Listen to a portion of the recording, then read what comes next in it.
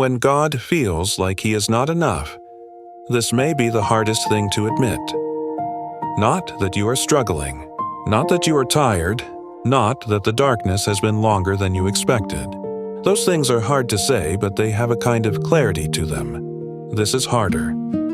There are moments, quiet, honest, private moments, when the promises feel thin. When you have prayed and read and tried to believe, and something underneath all of it whispers, "Is this really enough? Is He really enough? For this? For what I am actually carrying? Is God sufficient?" If you have had that thought, you are not alone, and you are not as far from faith as you think. Some of the most devoted people in Scripture asked the same question in the same dark places, and God did not turn away from them for asking it. The honesty that God honors. Habakkuk opens with a complaint, not a prayer dressed in careful language. A complaint, direct and raw. "How long, Lord, must I call for help, but you do not listen? Why do you make me look at injustice? Why do you tolerate wrongdoing?" God does not rebuke him for it. He answers him. John the Baptist, the one Jesus called the greatest born among women, sent messengers from prison to ask, "Are you the one who is to come, or should we expect someone else?"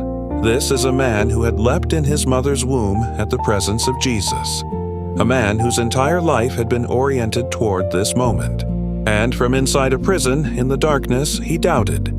Jesus did not rebuke him either. He sent back evidence. And then he said something remarkable about John to the crowd, honored him publicly in the very moment of his doubt.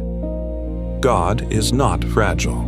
He is not threatened by your honest questions. He does not require you to perform certainty you do not feel. What He asks for is not the absence of doubt, but the presence of honesty, the willingness to bring your real self, your real questions, your real despair, to the only one who can actually meet them. Why He feels insufficient. When God feels like He is not enough, it is almost never because He has actually failed to be enough. It is because we are comparing what He offers to what we wanted. We wanted relief.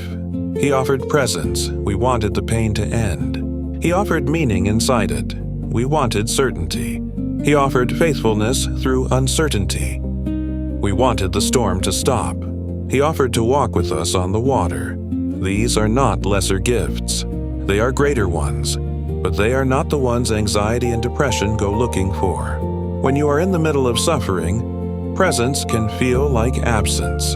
Meaning can feel like dismissal. Faithfulness can feel like not enough when what you need, right now, is for something to change. Reformed theology is unflinching here.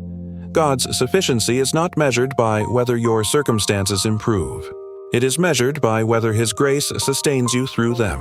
And the testimony of every broken saint who has gone before you is that it does. Not always comfortably, not always visibly, but always truly.